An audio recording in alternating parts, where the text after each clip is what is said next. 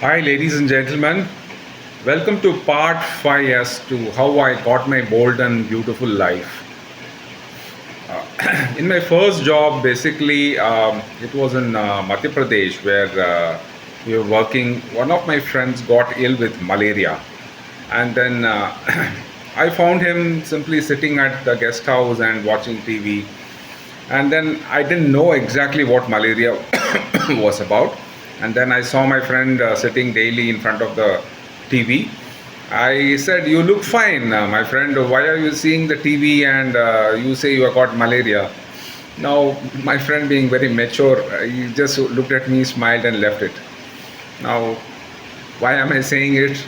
Because after 1 week exactly, I got malaria, and I was hospitalized for about 2 weeks completely, and then it took another 2 weeks to get the strength back. I really, really rude the day I told my friend, "You have got malaria, you look fine." It took a month to get back to normal. Now, fast forward couple of years when I was doing and wrapping up my MRP software work in Northeast very successfully, I got another attack of malaria. Now, here the situation was different. Uh, in Madhya Pradesh, it was more like a very good metro, no problem at all. Northeast newspapers take about 3 days to come. Doctors are few and far in between, and there's a lot of rush. Every day at 12 o'clock, I knew that this malaria attack used to come. It just used to come overpower me into very high degrees of temperatures. It used to touch about 103, 104 sometimes. For about 1 hour, I'll be completely devastated, and then it'll leave and then come back the next day exactly at the same time, 12 o'clock. Now, one, two, three, four. Fifth day, he took a terrific toll. It took such a terrific toll that I thought I'm already weakened. I have to do something. I'll go to the doctor. And then I dragged myself into an auto and then went into a doctor's place. Now, the doctors had about 30 patients, and it was a queue and a token system. Now, I feel strength was going down with every passing minute. So I pleaded with all the people there with my hands folded, "Please let me go in. I know I'm out of queue, but I might die." This is exactly what I said. They took my word.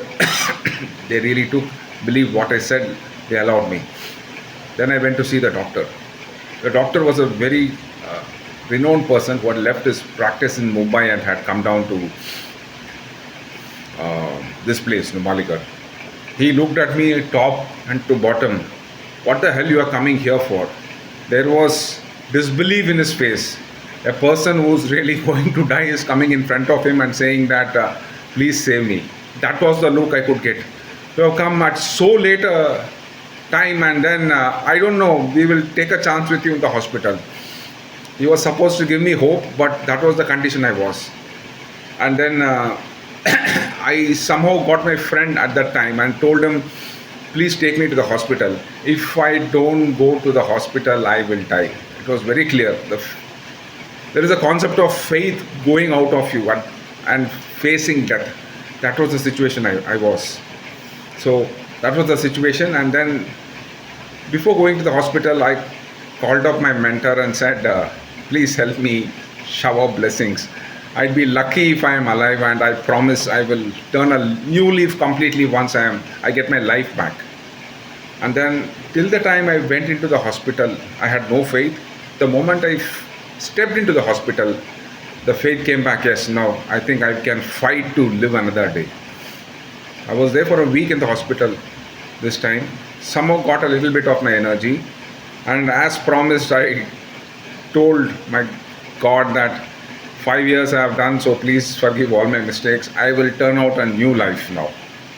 Then I realized that 5 years I had put my heart and soul in the work. Nothing happened. My final parting gift was malaria. I said, "I am lucky to be alive. Whether I do something right or wrong is immaterial. Life has come back. It's a second life given."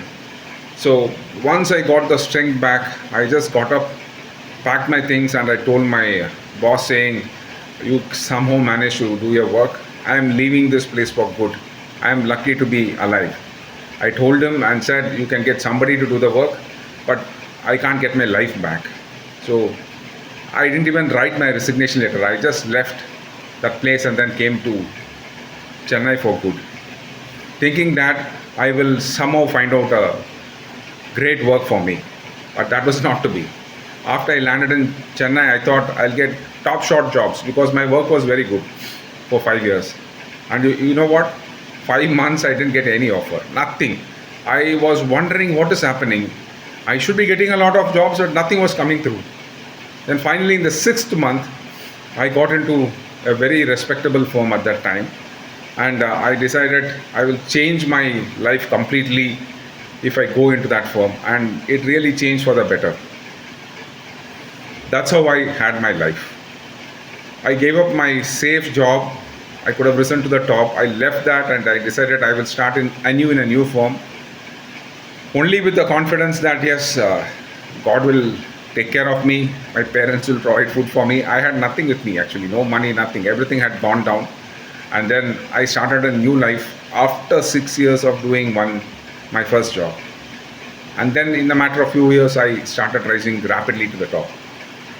The point I want to say is that when you are facing crisis, it gives you lessons you will never forget.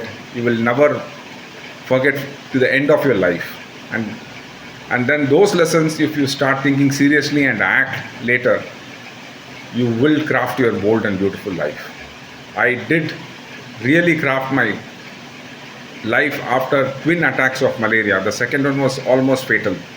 So every crisis after that gave me some time to think, introspect, and I changed my outlook on a different note. And finally, this is where I am. So thank you, gentlemen.